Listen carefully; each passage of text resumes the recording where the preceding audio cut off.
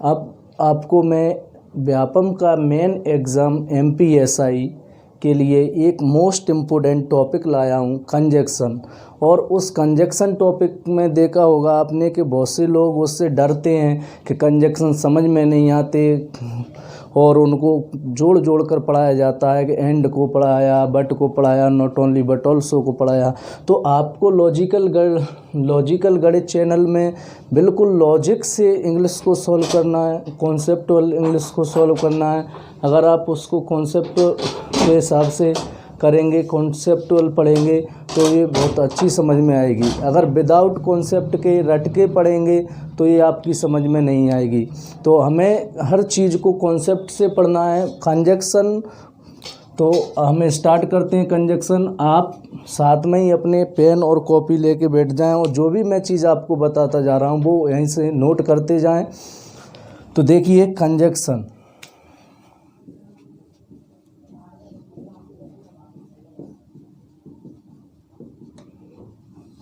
तो हमारा टॉपिक है कंजक्शन। कंजक्शन क्या होता है? जॉइनिंग वर्ड होता है, जॉइनिंग वर्ड। तो कंजक्शन क्या होता है? जॉइनिंग वर्ड या कनेक्टिंग वर्ड। ये कंजक्शन एक ऐसा टॉपिक है जो हमारी MPSI, व्यापम, फॉरेस्ट, जेल, प्रेरी, ये सभी एग्ज़ामों के लिए बहुत इम्पोर्टेंस रहता है और हमें इसको बहुत कवर करना आवश्यकता है। तो मैं आपको आज ऐसे लॉजिक से कंजक्शन पढ़ाऊंगा कि आप कभी भी भूल नहीं सकते हैं। तो देखिए हम स्टार्ट करते हैं। कंजक्शन का मीन्स होता है जॉइनिंग वर्ड। जॉइनिंग का मतलब होता है जो जोड़ने का काम करता है, दो वर्डों को कनेक्ट करने का काम करता है। कनेक्ट जो सब्जेक्ट को कर सकता है, ऑब्जेक्ट को कर सकता है, वर्ब को कर सकता है, नाउन। इसका मतलब किसी भी टू सेंटेंस को कर सकता है, दो क्लॉज को कर सकता है, दो सबऑर्डिनेट क्लॉज को कर सकता है, दो वाक्यों को कर सकता है, दो उपवाक्यों को कर सकता है। तो जो कनेक्ट करे वही कंजक्शन है। कंजक्शन दो प्रकार के होते हैं, ऑर्डिनेट और सबऑर्डिनेट। तो मैं आपको बाद में डिटेल में बताता चलूँगा। यहाँ पर हम एक एक करके पढ़ते हैं और हमें कॉन्सेप्ट समझना है। अगर मैं आपको एक एग्जाम्पल पढ़ाऊँगा तो 3 कंजक्शन कवर होंगे। हमें रट के हमें कोई भी चीज़ को नहीं करना है। तो देखिए सबसे पहले हम एंड और बट को पढ़ते हैं। तो हमसे अगर कोई पूछता है डिफरेंस बिटवीन एंड और बट, एंड और बट में अंतर क्या है, तो सबसे पहले हम बोलते हैं कि एंड का मीन्स और होता है और बट का मीन्स लेकिन, परंतु होता है। अब इनका यूजेस कहाँ करते हैं और कैसे इनका यूज़ किया जाता है, दोनों ही कंजक्शन है। तो हमें बताया जाता है, रटाया जाता है कि एंड का यूज़ सेम नेचर के वाक्यों के लिए किया जाता है।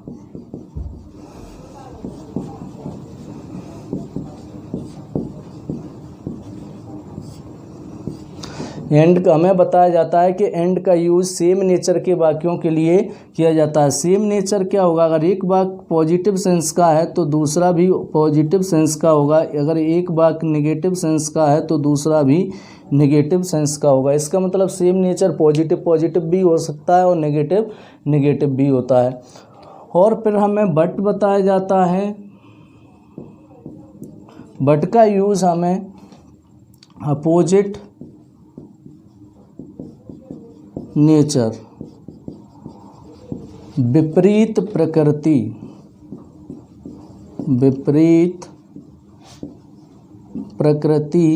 के वाक्यों को कनेक्ट करने के लिए किया जाता है। अब विपरीत प्रकृति क्या होती है? अगर एक वाक्य पॉजिटिव सेंस का है तो दूसरा नेगेटिव सेंस का होगा। अगर एक नेगेटिव सेंस का है तो दूसरा पॉजिटिव सेंस का होगा।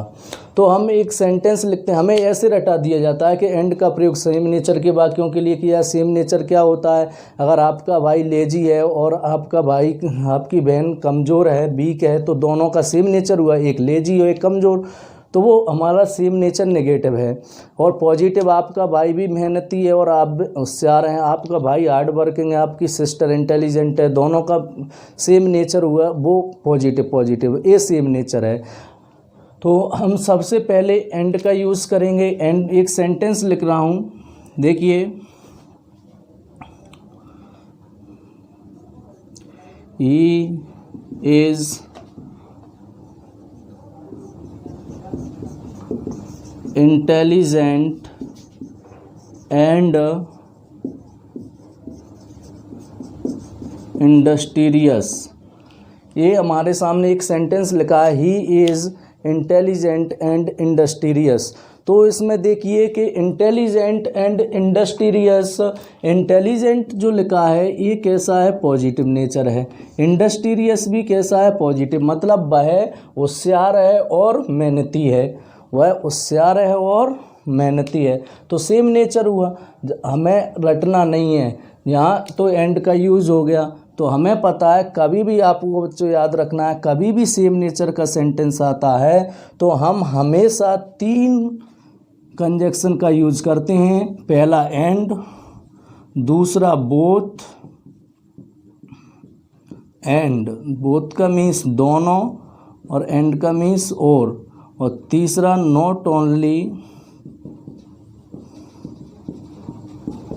बट ऑल्सो, ना केवल बल्कि।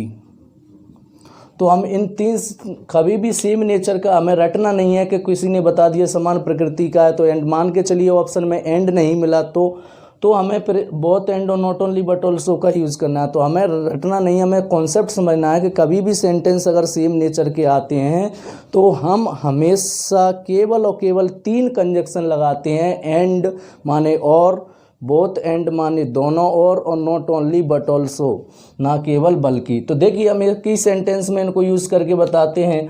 तो ये सेंटेंस था ही इज़, तो ये क्या हो जाएगा, वो सेम नेचर है तो 3 कंजक्शन यूज हो सकते हैं। पहला एंड हो गया, एंड का मीन्स, और दूसरा बोथ, तो he is both intelligent and industrious. तो इसका मीन्स क्या हुआ है इंटेलिजेंट और मेहनती दोनों है, वह होशियार और मेहनती दोनों हैं। तो दूसरा देखिए, he is not only intelligent but also industrious. इसका मीन्स क्या हुआ है, ना केवल होशियार है बल्कि मेहनती भी है। तो आपने देखा सेम नेचर के लिए 3 कंजक्शन यूज़ किए। पहला एंड था, एंड का मतलब क्या था, और, तो he is intelligent and industrial, हुआ होशियार और मेहनती है। दूसरा है he is both intelligent and industrious, और बोथ का पेयर हमेशा एंड से होता है। ही इज बोथ इंटेलिजेंट, इसका मीन्स हुआ है होशियार और मेहनती दोनों हैं। He is not only intelligent but also industrious, हुआ है ना केवल होशियार है बल्कि मेहनती भी है।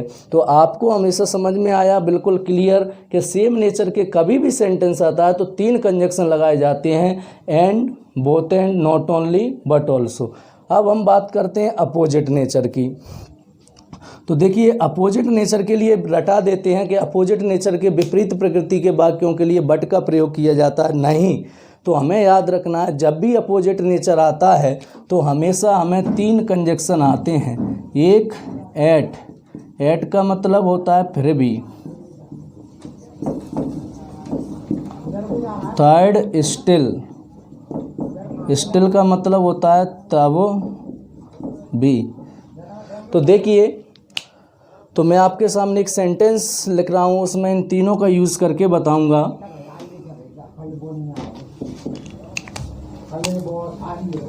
देखिए, ही वर्कड हार्ड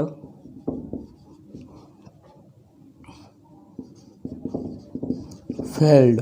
तो यहाँ देखिए हमारे सामने जो वर्क हार्ड लिखा है तो ये तो पॉजिटिव नेचर हो गया, और ये फेल होना नेगेटिव, मतलब वह मेहनत, उसने मेहनत की फिर भी क्या हो गया, फेल हो गया। इसका मतलब हमारे सेंटेंस दोनों अपोजिट नेचर के हैं कि वो मेहनत कर रहा है और फिर लेकिन फेल हो जाता है। तो हमें पहले ऑप्शन पर बट मिलेगा, तो हमारा आंसर क्या हो जाएगा, यहाँ पर आंसर हम लगा देंगे बट। तो मान के चलिए ऑप्शन में बट नहीं होता तो हम क्या करते, तो हमारे सेंटेंस सेम नेचर के हैं, तो सेम नेचर के हैं तो हमें पता है कि अगर ऑप्शन में बट नहीं है तो एट और स्टिल में से ज़रूर मिलेगा, क्योंकि अपोजिट नेचर के लिए हमेशा 3 कंजक्शन यूज़ किए जाते हैं। पहला बट होता है, बट का मीन्स होता है लेकिन, परंतु, एट का मतलब फिर भी, स्टिल का मतलब तब भी। तो देखिए हम तीनों को यूज़ आपको करके बताते हैं। फर्स्ट में देखिए, ही वर्क हार्ड, उसने कठिन मेहनत की लेकिन फेल हो गया। अब ऑप्शन में बट नहीं है तो हम उसमें क्या लगा देंगे, एट लगा देंगे। तो ही वर्कड हार्ड, उसने कठिन मेहनत की ले फिर भी फेल हो गया। चलो ऑप्शन में ना बट है ना एट है तो फिर हम थर्ड ऑप्शन में क्या लगा, स्टिल ज़रूर होगा। उसने कठिन मेहनत की तब भी फेल हो गया। तो हमें पता है कि अपोजिट नेचर के लिए हमेशा 3 कंजक्शन यूज़ किए जाते हैं, बट, एट, स्टिल। बट का मीन्स लेकिन, एट का मीन्स फिर भी, और स्टिल का मतलब तब भी। तो अब आप इसको जल्दी नोट कर लीजिए। फिर आगे हम नेक्स्ट देखिए, मैंने आपको सेंटेंस 2 लिखे हैं, कंजक्शन 6 कवर हुए हैं। तो आपको बिल्कुल रटना नहीं है, कॉन्सेप्ट से चीज़ों को समझना है। अगर इंग्लिश मैंने आपको बताया बिल्कुल इजी लैंग्वेज है, English language is a international language, ये अंतर्राष्ट्रीय भाषा है। अंतर्राष्ट्रीय भाषा है इसका मतलब ये टफ थोड़ी है। टफ तो चीज़ हम समझते हैं जब बनती है कि कोई मान लेते हैं, माइंड में टेंडेंसी बना लेते हैं कि वो तो समझना नहीं। आपको क्यूरियस हुई है, आप जिज्ञासु बनिए इंग्लिश के प्रति, आपको इंग्लिश हम सिखाएंगे और आपको एग्ज़ाम कैसे निकालना है ये मेन बात होती है। हमें कितना आता है इससे कोई मतलब नहीं होता, हमारा एग्ज़ाम क्वालिफाई होना चाहिए बिल्कुल। How are you more intelligent but the crack exam, but the government crack exam you are very intelligent. आप कितने होशियार हैं इससे कोई मतलब नहीं है, लेकिन आप गवर्नमेंट एग्ज़ाम को क्रैक कर लेते हैं तो आपको होशियार माना जाता है। तो आपने नोट कर लिया होगा, आगे बढ़ते हैं। देखिए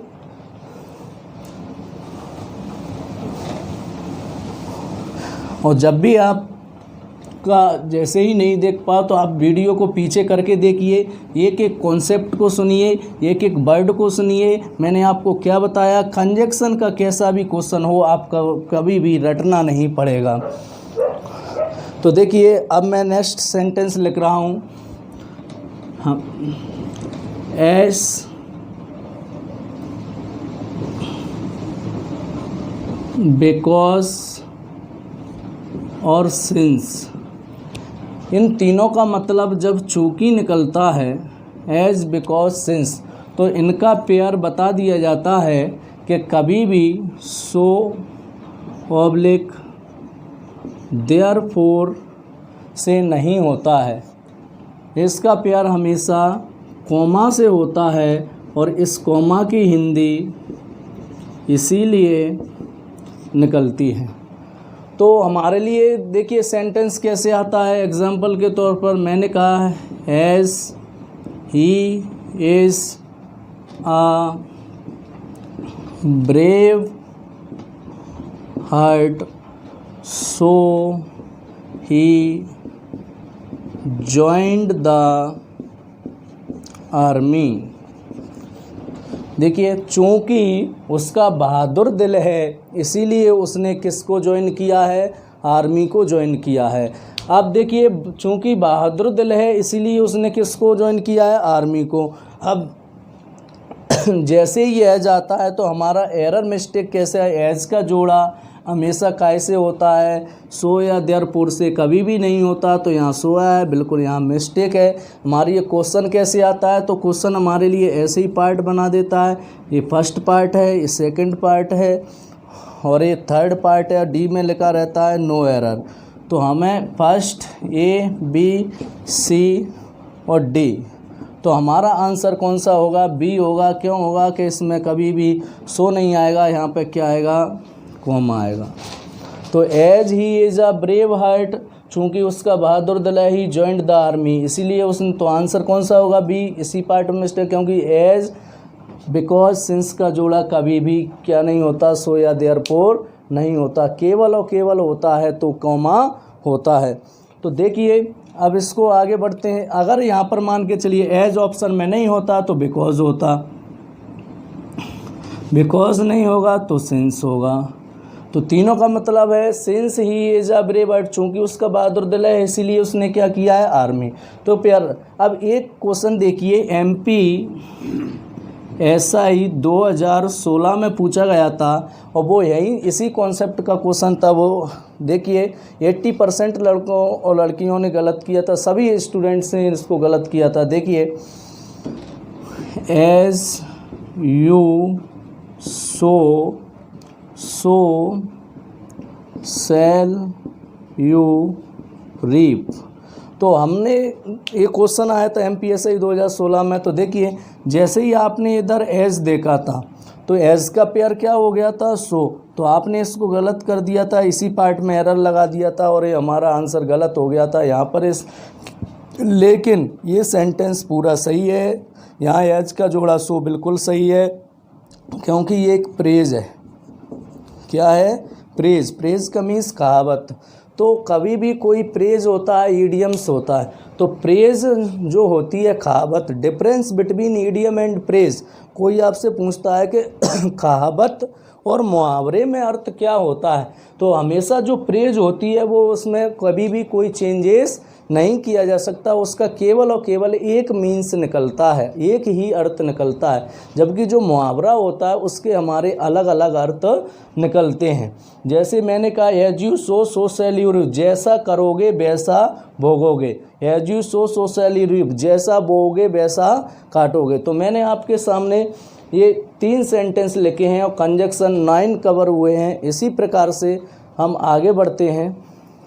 thank you so much. Next video आपको उपलब्ध होगी और आप बढ़िया से पढ़िए। हमारे गणित लॉजिकल गणित चैनल को सब्सक्राइब कीजिए। जैसे ही आप ज़्यादा सब्सक्राइब करेंगे हम आपको बार बार अच्छी सी वीडियो उपलब्ध कराते रहेंगे। Thank you so much all of you.